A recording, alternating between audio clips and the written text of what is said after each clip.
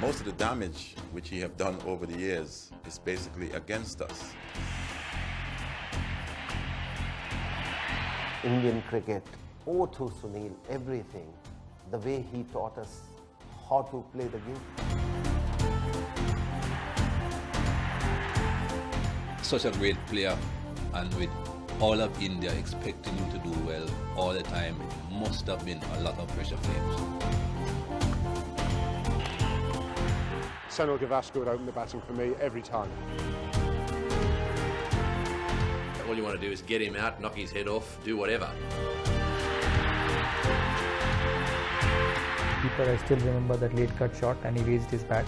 So those are the big memories of Sunil Gavaskar, and his influence not just to me, to Indian cricket has been enormous.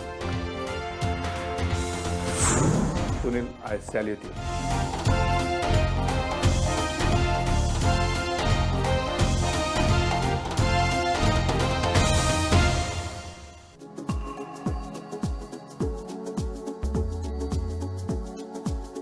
It all began in the Bhagirathi buildings at Chikkalwadi in central Mumbai. His powers of concentration, observation, etc. were very evident right from his childhood. He had that silent observation as a child, even as a 2-year, 3-year, 4-year-old boy. He didn't insist on things which normally a child would want to have. Whatever he observed around the family at that time helped him quite a lot in his cricketing career. Even as a child, when we were staying in a complex of 4 buildings, we had a longish kind of a stretch, open stretch, where we used to play cricket. So he also used to play with boys of his own age or even senior ones. And many times the boys, his friends, couldn't really take him out sometimes. So they used to walk off. The thing was, there was a garage, big door, and the stumps were a certain small marked on the garage with chalk. But for him, if the ball stuck anywhere in the garage, he was out.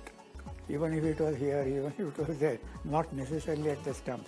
So those observation, concentration, and all those, and the urge and the determination, all these qualities have come up very well for him. घरी जेव्हा cricket खेळत होतो तेव्हा तो साधारण मला वाटतं 5-1 वर्षाचा होता असेल आणि घरच्या छोट्या बॅट्सनी खेळतात क्रिकेट. त्यावेळेला क्रिकेट खेळताना एक दिवशी आमची बाल्कनी होती, अशी मोठा हॉल होता आणि बाल्कनी होती. तर खेळता खेळता त्यांनी जो शॉट मारला तो माझ्या नाकावर बसला आणि नाकातून रक्त यायला लागलं. असं रक्त आलं म्हणून मी असा हात धरला नाकावर हात धरला. तर म्हणजे त्याला आता बॉल तर मिळाला नाही आहे आणि दिसत नाही, आणि आई नाकावर हात धरून बसली म्हणून तो धावत माझ्याकडे आला आणि काय झालं बघतो तर त्यांनी माझा हात काढला तर रक्त येतं म्हटल्यावर तो घाबरला की आईला लागलं म्हणून. तर मी म्हटलं की जसं काय काळजी करू नकोस, आपण चल आता बाथरूममध्ये जाऊ, हात बीत धुवून आपलं तोंड बीट सगळं धुवून घेते, मग आपण परत आपला खेळ सुरू करूया म्हणून. बरं म्हणाला. आणि मग तेव्हा त्याला हे केलं, माझं नाक स्वच्छ केलं आणि त्याला परत खेळायला सुरुवात केली. तर म्हणजे असं त्याच्याशी खेळ बीड इतकं म्हणतात तसं पुष्कळ खेळले त्याच्याबरोबर. Values that were taught to me were first and foremost integrity. I think that was the most important thing. I think that has stood me in good stead all through my life. And then, of course, the values that all Indian families bring their kids up with, respect towards elders, respect towards the game, respect towards institutions. I think these were the things that they taught me.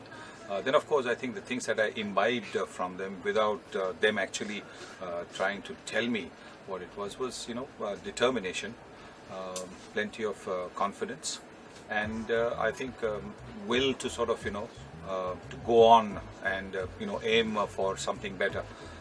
Once I've achieved something, to try and go to the next level. It was like every other kid who played in the gullies of Mumbai. Gavaskar was not a talented player as he was later.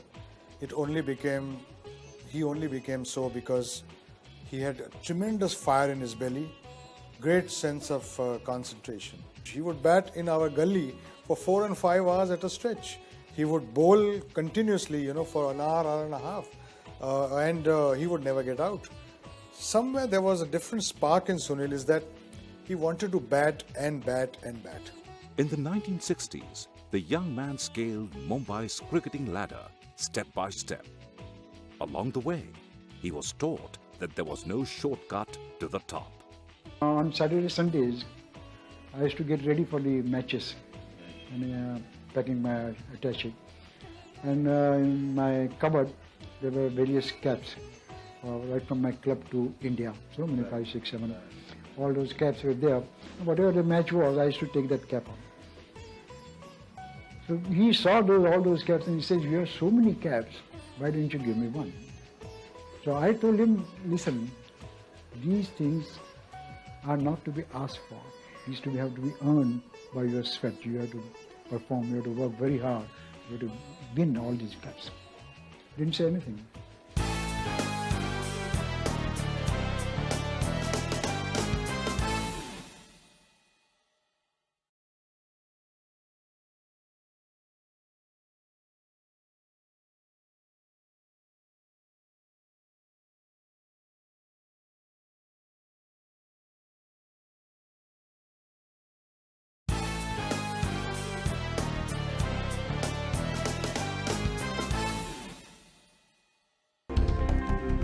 The young man took the tougher option and eventually knocked on the door of an institution, Bombay's Ranji Trophy team. The young man's consistency for Bombay and Bombay University caught the eye of the national selectors. The outcome, a place in the Indian team, which was to tour the West Indies in 1971. The rest, as they say, is history. Time we landed in Kingston, Jamaica, and as soon as we landed, the guys at the customs and immigration asking what we were all doing, in the sense that, individually they asked, "What do you do, bat ball or whatever it is?" And when I said I was an opening batsman, they said, "Oh, the West Indian bowlers, Gary Sober's gonna get you," just like that. And at that stage, Dilip Sardesai, who also went on to score 640 runs in that series, he came to my rescue and he said, "Look, you watch out for him. He's going to beat your bowlers," because that's the language that they talk. Beat your bowlers, not hammer your bowlers. He's going to beat your bowlers. And so I think that was my first sort of memory of landing in the West Indies. And thereafter, of course, the fact that the tour went off so well for me, so brilliantly for me. It was totally unforgettable. Normally one would have been pretty tense, pretty nervous, and saying, "Look, you're making your debut, not in your country, outside your country." And so much has been talked about, so much has been discussed about the pace of the West Indies, the change in the wicket conditions, etc. He adapted himself almost as if he was a senior pro. In fact, I think some of us had to learn from him even at that stage. Sunil was an integral part of an Indian team that created history. India first beat the West Indies and then England.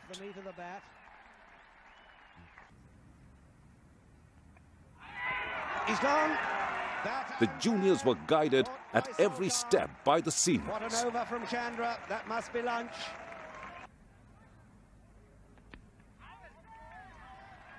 Their opponents did not quite approve. They did everything they could to unsettle the Indians. But the youngster showed his seniors how to respond. That's a magnificent shot off the back foot. 4 runs past Boycott. A thrilling piece of cricket. 4 more to Gavaskar. He's cut that away, and that's going to be it. It's going through for the boundary. Nobody bothering to chase it. Abid Ali cutting Luckhurst away for 4 and giving India victory here in the Oval Test match. And there's Bedi, a few photographs there for the album when he's back home. The day these Indian cricketers are going to remember for the rest of their lives. We were very confident. We didn't believe that anybody was, better than us or superior to us. We believed that we belonged to the arena, And so, when we went out there, though there were big names playing against us, we were at the same time saying to ourselves that, we are capable of, being on the same field with them. So we were maybe to start with a little bit overawed, but then we realized that, they are flesh and blood just like us. And that if we persist, if we hang in there, maybe, we can, do as well. It's a huge impact, when you ask about him to people around the world, especially those West Indian fast bowlers of that era, when he scored 13 test hundreds against them. They just speak volumes of him. And they say that, he's unbelievable. And nobody needs to say 13 test hundreds against the best fast bowling attack in the world as an opener. And more importantly, in the days when helmet wasn't there. That's a huge feather in his cap.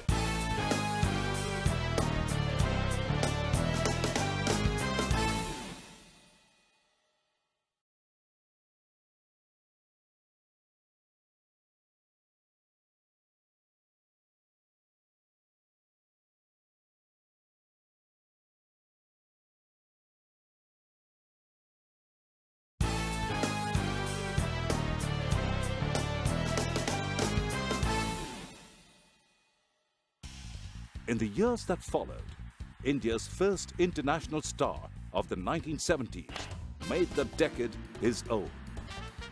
He took strike for his nation, on and off the field, against the premier purveyors of cricket's base age, and succeeded. That's a beautiful shot from Gavaskar. That's 4. As the decade progressed, Sunil erased several Indian records and established his own. And out towards the boundary, that's going towards the fence. Hibbert might not get to it. He won't. And through the covers. Good-looking shot. That's a very fine shot from Gavaskar. That may just get to the fence and see the fieldsman. It's going to be close. Yes, into the fence for 4. And that's it. Yes, it's through. That's a century in his first test against Australia. His battles for his team were not restricted to the field of play. At a time when cricketers from all over the world had realized their worth, Sunil was one of the individuals who made Indian cricketers aware of what they deserved. What had happened was in 1976, when we went to New Zealand, that was I think the start where the players started to feel that maybe something should be done, because we landed in Auckland, and then we had to drive all the way to another place, and we were driving in some sort of a rickety sort of people carrier, not even a proper coach, not even a proper bus like they travel in nowadays. And that bus, it was a winding road, and the bus broke down halfway through. And so we were all tired. We had all come in from a long journey, and we thought that instead of being in a hotel, we were made to go on this bus because of whatever reason, And I think at that stage the player said, look, the board does make a fair bit of money out of the game, and the players were not getting anything out of it. And it wasn't so much an economical thing or financial thing, but we were looking at a little bit of insurance for the future. So those were the things that led to the formation of I think that probably the first Cricketers Association in 1976. He led the way for his team, figuratively and literally. The Indian team's defeat in Pakistan in 1978 and the exit of the great spinners prompted the selectors to give Sunil the ultimate honor. It was a huge honor. You dream of playing for your country. You don't really dream of captaining your country. You dream of, wearing the India cap, pulling it on your head, and looking at yourself in the mirror. This is what you dream of, wearing the India jumper. This is what you dream of. Captaining the country is farthest from your thoughts at that stage. But it happened. When it does happen, it's a huge honor because there's a huge responsibility. You've got to not just at that particular point of time think about yourself. You've got to think about the rest of the team. You've got to think about the followers, the huge following that Indian cricket has. And, you've got to try and live up to that responsibility.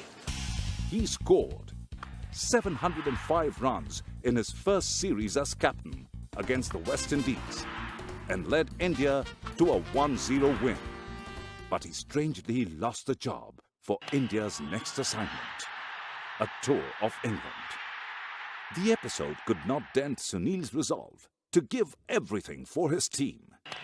At the Oval in 1979, England set India a target of 438. The visitors went for it, with Sunil in top 4. It wasn't the first time he had spearheaded India's charge for victory in the 4th innings of a test match.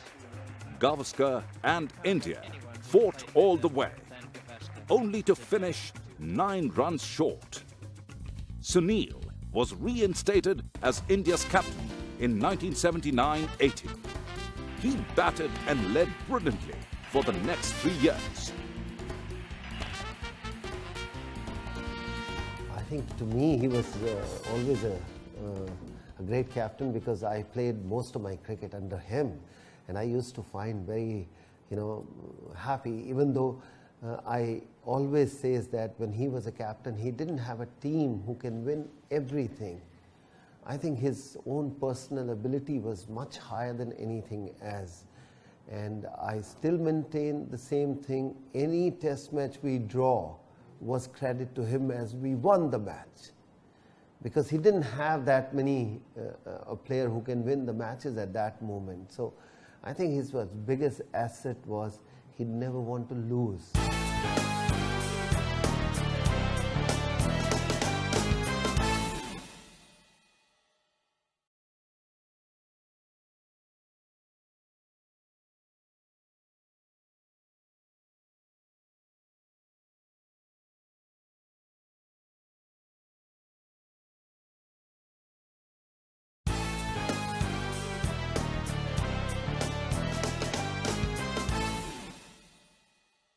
Here's Pascoe now, coming into Gavaskar. There it is, and it's beautifully timed, backward of point. A generous round of applause by the Melbourne crowd for Gavaskar. Goes on to 52, and that's a touch of class when you're down and out to fight back on this wicket. From He's hit that through extra cover, not wasting any time at all. Sandeep Potter was hit on the head and hospitalised. Oh, and that's hit him on the head. My goodness, this could be nasty. Oh, that's a nasty bouncer there from Lenny Pascoe. First ball after tea, I was hit by Lenny Pascoe bouncer, and I think it was my mistake. It was not Lenny's mistake. To my surprise, on the 4th day, after around tea time, I got a call from Sunil Gavaskar straight from the Sydney dressing room, and he requested me to come to the match. I said, Sunil, I'm just recovering. I mean, I didn't know what he meant by calling me back. But he said, I don't want you to just come to the match, I want you to bat. I mean, it came as a shock. Well, all thoughts ran into my mind with that head injury, and I was still bleeding from my left ear. It was swollen. I went into bat. Dilip Doshi was at the crease. I went at number 11. Again, I saw Dennis Lilly raring to attack me, and I don't know what was happening. I mean, when I took the field, I got such a tremendous standing ovation, because most of the writers, most of the knowledgeable people had written me off, because there were cases of Nari Contractor, there were cases of Anshuman Gaikwad. So many cricketers been hit on the head and never played cricket. And here I was walking on the Sydney ground, and it was like a dream. But to be very honest, when I took the guard, I was shivering. I was trembling. I didn't know what would happen. And to my surprise, as usual, Dennis Lilly bowled a bouncer, which I managed to put my bat on. I was dropped by Doug Walters in the 3rd slip. It went for 4. And again, whole Sydney stood up, clapped, and I thought, well, I've scored a boundary. Next ball, I was out, caught by Cook off Dennis Lilly, and everything went down, hush. And then I said, what have I done? I thought that I've done the biggest mistake of my life, and I knew how scared I was, and I didn't know where to look, where to go. We were all out. We were beaten fair and square by an innings. And as I was walking back to the pavilion, naturally, those who applauded me just a few minutes back were trying not to boo me, but I could see question marks on everybody's face, including my partner Dilip Doshi. To my surprise, I saw Sunil Gavaskar walking from the dressing room, and I didn't know what he meant by. First, he had invited me from the hotel room to the ground after that injury. Then I saw him walking to greet me on the ground, and he came halfway, and he said, "Sandeep, you've done it." And it took me, it took some time to register that what he's trying to say. I said, not many people would have dared to take the field after a head injury, and forget about what happened, how you've got out. But I think you've made everybody proud, and I don't think many captains would do these things. And for that, Sunil, I salute you. On a devilish pitch, no one gave them even an outside chance of saving, forget winning the match. Well, the team morale was a little bit, indifferent in the sense that we'd lost the first test pretty badly. The second test we'd managed to survive despite some pretty diabolical umpiring. And so when we came to the third test, we were confident at that stage that because of the way the Melbourne pitch had panned out during the season, that we would be able to win that test and level the series. So while it was indifferent to start with the team morale because of the fact that we were 1 down at that stage, I think when we came to Melbourne, we believed that we had a very good chance of leveling the series.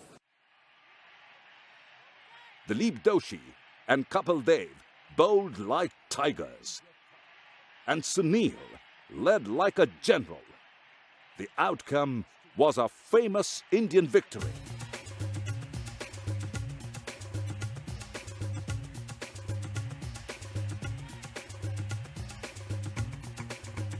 As captain, Sunil loved winning and hated losing.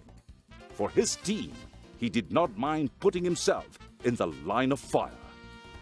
The semi-final of the 1981-82 Ranji Trophy between Bombay and Karnataka was a case in point.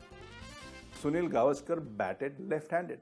And not only batted left-handed, but remained not out. I mean, it was unheard of. Raghuram Bhatt was turning the ball square. Now, in the first innings, on the first day, he was turning the ball square, and I'd got to, I think, 40-odd runs. But I wasn't able to lay bat to ball. So much was the turn, and I got out to him, caught at first slip for some 40-odd runs. So, when it came to the second innings, I discussed with my team manager at that stage, and I said, look, I don't think I have a chance playing batting right-handed. Maybe I'll bat left-handed. And he said, no, you can't do that. And I said, no, let me try. As it is, the match is lost. And we have lost. Let me try. This way I'll get out maybe first or second ball. If I bat left-handed, he turns the ball sharply. I'm not going to, get back to it because I'm not used to batting left-handed. I've never batted left-handed. And I'll only get hit on the body. And, he just shrugged his shoulders and didn't say anything. So I went out there and I batted left-handed. But I didn't bat left-handed right throughout that innings. I was batting left-handed only when the left-hander Raghuram Bhatt was bowling. And because he was turning the ball into my body and I was missing it, and it was, hitting my pads or my body. So when there was a right-hander bowling, I was switching over to batting right-handed. So it wasn't totally a left-handed exercise. But of course, a lot of people, gave it all kinds of color, and which is understandable. If you don't, if you don't understand the technicalities, you're going to think of something else. So which is fine. That's not a problem at all.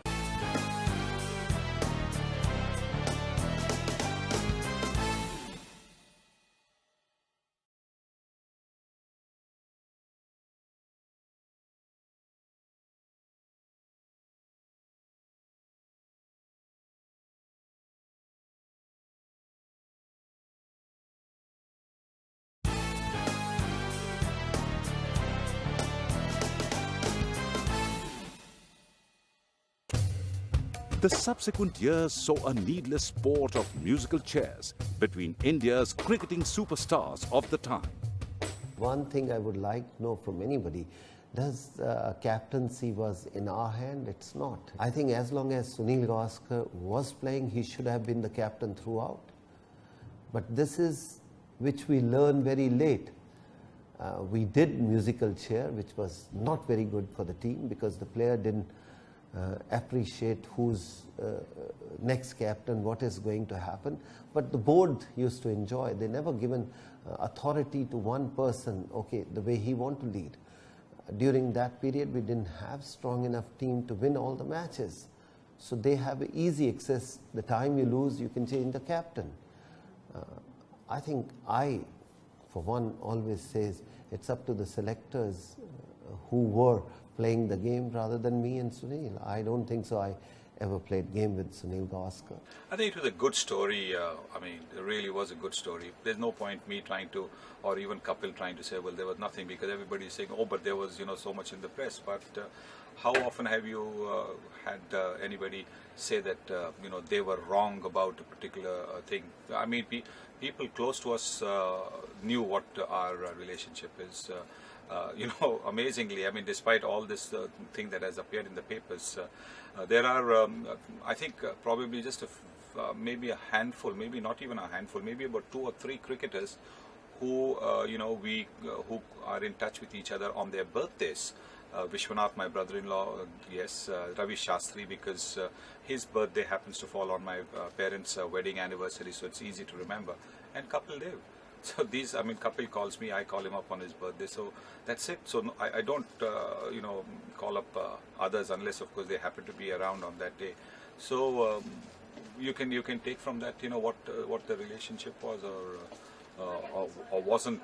But as far as I was concerned, he is by far the greatest cricketer that India has produced. Both men had a common objective: to see India rule the cricketing world. 25th June 1983 was a watershed in the history of world cricket. Lost his nerve in the end, and Michael Holding tried to swing that straight ball with the leg. Another wicket for Almanaz. Now delighted he looks. 140 all out West Indies.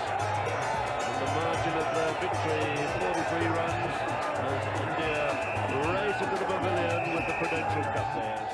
The most abiding memory is Kapil lifting the World Cup, receiving the World Cup, and then lifting it high over his head, and all of us, screaming with joy.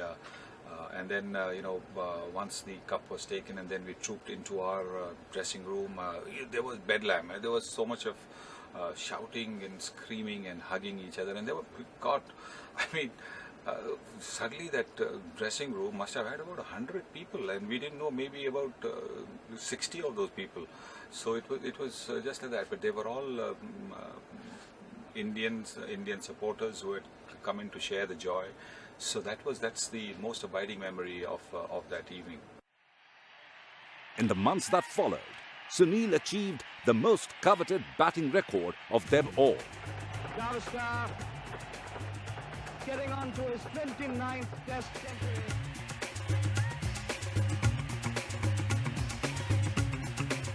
The champions of 1983 retained their position at the top in 1985. Sunil led India to a comprehensive triumph in the World Championship of Cricket. His bowling changes and field placements were spot on. His man management astute. India won 5 matches out of 5.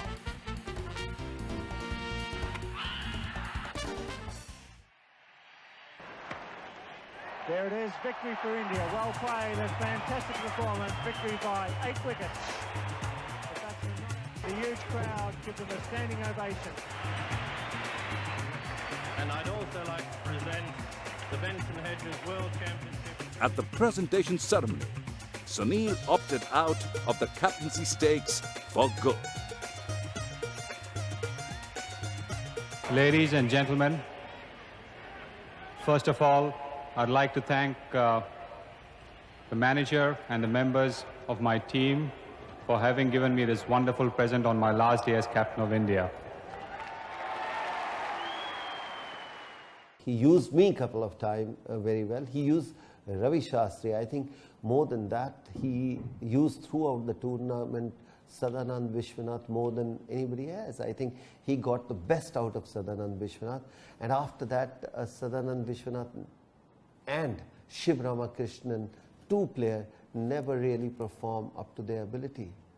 He knew Shiv Ramakrishnan has a great ability to turn the ball, and he knows Sadanand Vishwanath has the ability to keep and be a nagging wicket keeper. He both use the young player up to the best of his ability.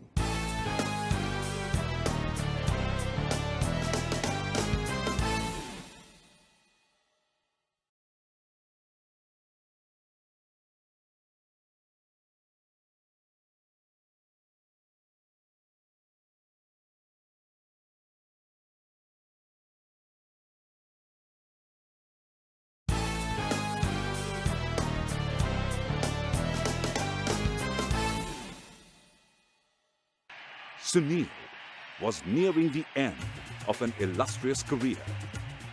The abdication came on a high, shortly after he became Test cricket's first five-figure man. When he announced his retirement, I actually only read about it the next day in the papers. I remember very clearly it was during the bicentenary game at Lord's, where he was batting overnight 80. There was a press conference, and I think that's where he announced his retirement. I for one was very shocked, because I thought, he could have easily continued playing for another 3 or 4 years at the very minimum. So, I was very shocked. Obviously a little disappointed, because, I wanted him to play a lot more. But also, having said that, it meant spending a lot more time with him at home. So it was a bit of both, happiness and a bit of sorrow. Sunil's bond with cricket and cricketers endured even after his retirement. In a more prolific sense was Gavaskar. I mean, whether he did it for thumbs up or he did it for some hair dye or whatever else, and he carried it off well. And what I think again, where he was a pioneer and he kind of established certain norms, was that he could completely compartmentalize these two facets of his persona. When he played cricket, he was the master batsman. When he endorsed products, he was a master model. Equally significant was Sunil's foray into other ventures. He set up Professional Management Group, India's first sports management company, in March 1985, in partnership with Sumit Shah. I had gone to meet Sunil in his office at Nirlawn to ask him to appear, to ask him to present television programs, to which he agreed, and he had asked for coffee, but the coffee was late in coming. So I asked him, have you read this book called What They Don't Teach You at Harvard? He said, no, I haven't read the book, but I know all about the author and the company that he has. So I asked him, why don't you start a company like that after retirement? So he said, I don't know anything about starting companies. Why don't you give me a note? I thought this was a throwaway line by a living legend and forgot all about the note and went back to Trikaya, where I was working. A few days later, he rang and said, where is my note? I said, I forgot. I give it to you next week. He said, no, we have to meet tomorrow because I'm going to America for 2 months. So I prepared a note and what structure of the company and met him the next day. And he looked at the note and said, yes, what kind of structure? Private limited? I said, yes. Why don't you start? I said, you are going to America. Pami is going to America. How do I start a company? He said, no, I'm sure you can. And that's how it started. Sunil had initiated another venture a couple of years earlier. As a business partner, I don't think there was anybody who had more clarity in thought than Sunil has had, that about amongst whom I have come across. And I think he basically knew where he wanted to go and where he wanted us to go. So I think basically his support and his unstinted support, he knew he could not give the attention and time when he was playing cricket, but he was all the time supporting us in whatever we wanted to do. There was never any, wherever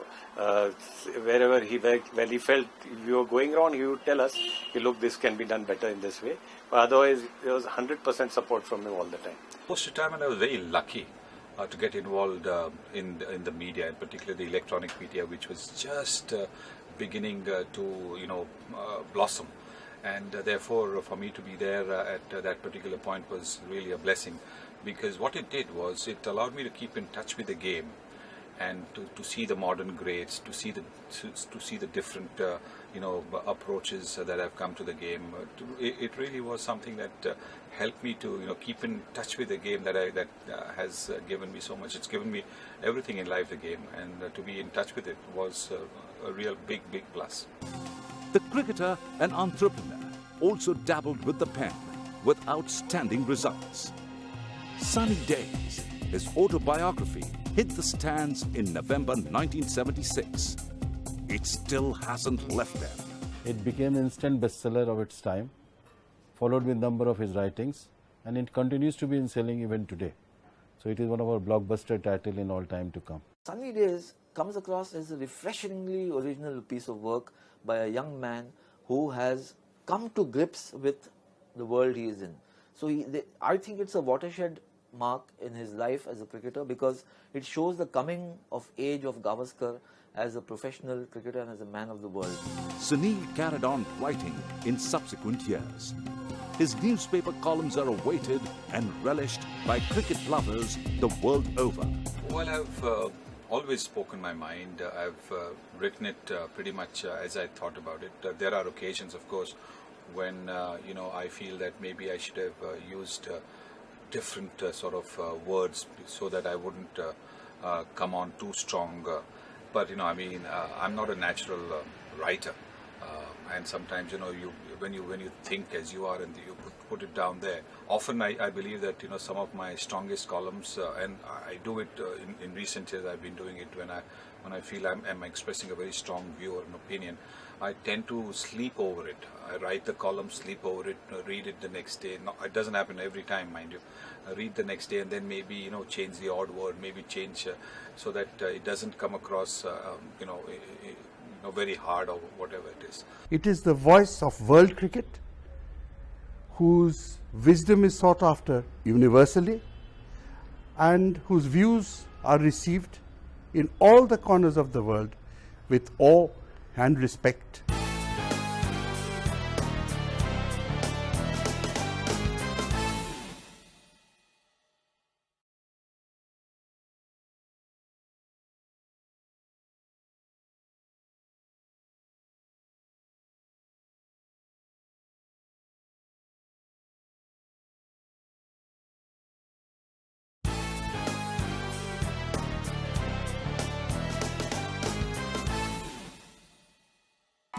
The legend became a benefactor in the year 1999.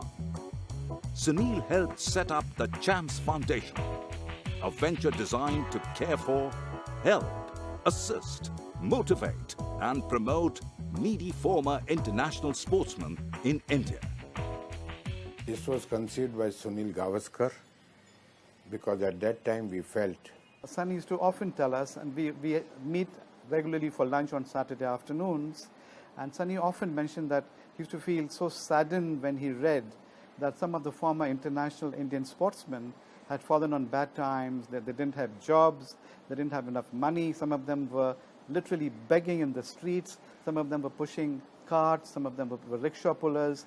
So he used to feel very saddened by all this, and that's when I think he decided to set up a foundation to help former Indian sportsmen at the international level who've fallen on bad times. Over the last 10 years, we've identified X number of people, and we've been sending them monthly checks. It's not a big amount that we send, but we send them monthly checks as a humble sort of recognition from our part of their achievements and their efforts for the country in various fields of sport.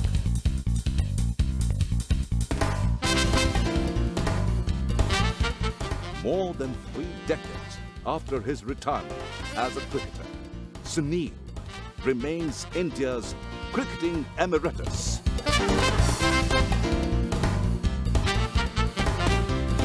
If ever you need an example for a young cricketer who needs to know the ropes, what it likes to have a fine defense, what it likes to have the temperament, what it likes to have the stroke play as well, and what it takes to have the ability to score big when need be, this is the individual that I do believe you need to see. No better than Sunil Gavaskar. So we learn a lot from Sunil, which I think the Indian cricket owe to Sunil everything. The way he taught us how to play the game.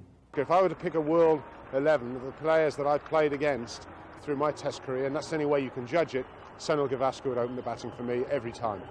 Gavaskar might be known a lot for cricket, but he's also towards Olympic sports.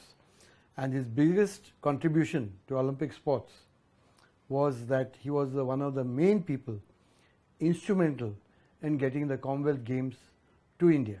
As a person, he is just fantastic, too difficult to put in words. Very, very modest, very down to earth. You can just imagine that in his upbringing, all the cultural values that have been imbibed in him, he still follows. He's an icon for billions, not only in India, but all over the world. He became a superstar overnight in 1971 after his debut series in West Indies. Sunil Gavaskar was the hero of every Indian youngster who was born in the 70s and who grew up in the 80s. He was and is an epitome of discipline, dedication and determination. And he's an inspiration not only for budding cricketers, but also for young adults who want to make a mark in life in general.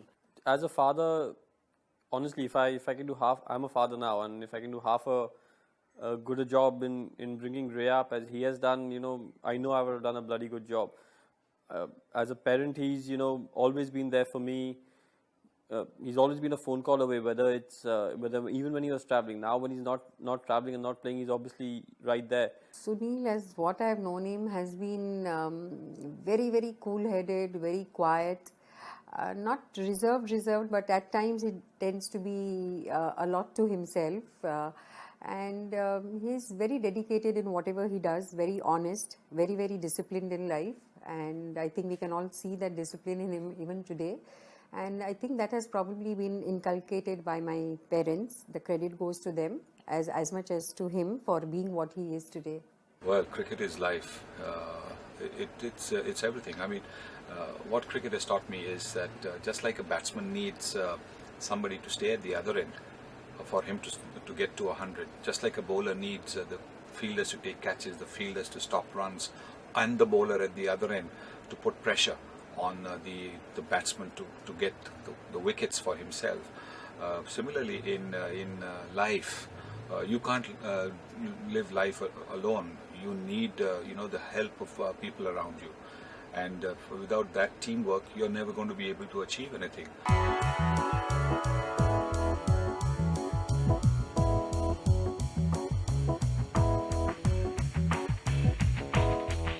Mr. Gavaskar, wishing you a very happy 60th birthday. Happy birthday to you, dear Sunil. Happy birthday to you.